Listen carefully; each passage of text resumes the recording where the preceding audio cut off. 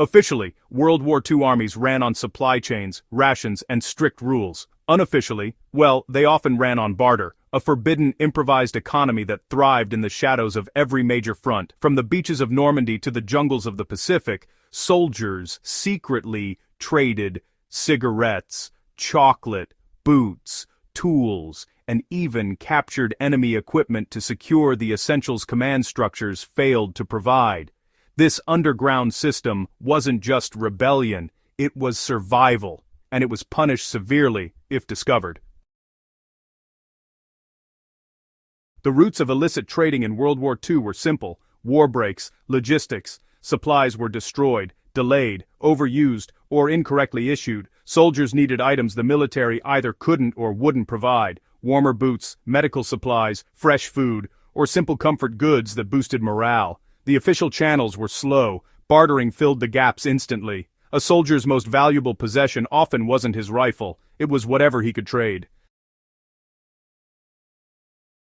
Companies issued cigarettes in nearly every ration, but not every soldier smoked. That made them the perfect form of currency. A single pack of Lucky Strikes could buy extra socks, a hot shower, better boots, a spare blanket, a night of guard duty from someone else. In Italy and France, cigarettes were so valuable among civilians that some Allied troops traded them for fresh eggs, wine, or even intelligence about enemy positions, activities officially punishable as unauthorized foreign exchange. Hershey bars, originally designed as emergency rations, became bargaining gold. Soldiers traded them for alcohol, medicine, extra food, goodwill with civilians. Medics in particular used chocolate as a negotiation tool. A well-timed bar could convince a terrified civilian to reveal a hidden farmstead or lead troops to shelter during harsh winter battles.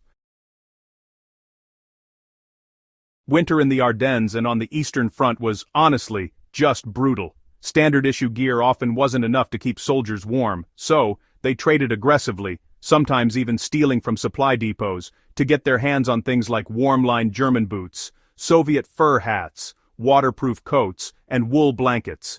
Wearing captured gear was strictly forbidden and could result in court-martial, since it risked being mistaken for the enemy.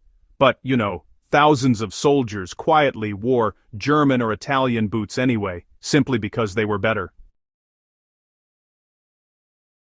Trading enemy weapons was, perhaps, the most dangerous part of the underground economy. Collectors and frontline fighters swapped Lugers, Walther pistols, MP-40 submachine guns, and ceremonial daggers. Some of these were kept as trophies, while others were traded to civilians or even between units. Possession of unauthorized foreign weapons could lead to severe punishment, but the appeal was, honestly, pretty irresistible. A single Luger could be traded for a week's worth of comfort items.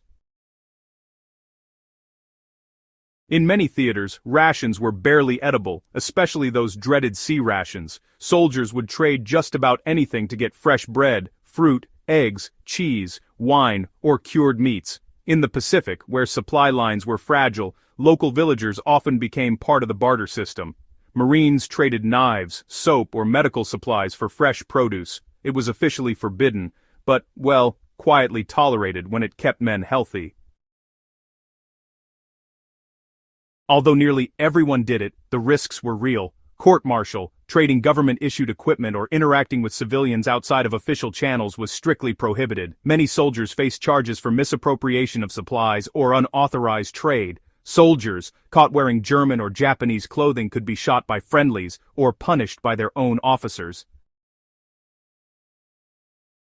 Feeding local black markets was a big concern. Commanders feared illegal trading strengthened enemy economies. In Italy, France, and the Philippines, major crackdowns occurred when local police reported soldiers fueling massive underground sales networks. Occasionally, soldiers bartered dangerous materials, ammunition, grenades, or morphine, putting both military operations and civilian populations at risk. Those caught faced harsh sentences.